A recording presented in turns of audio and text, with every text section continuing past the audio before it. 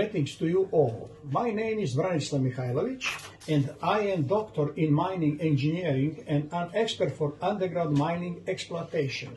I have worked for over 40 years in the largest underground mine in Serbia in the town of Bor.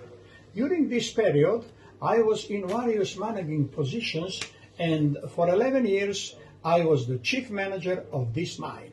Also, I was a project team manager on many studies and projects. With Zibo Descent Machinery Company, I have been successfully cooperating for 7 years now.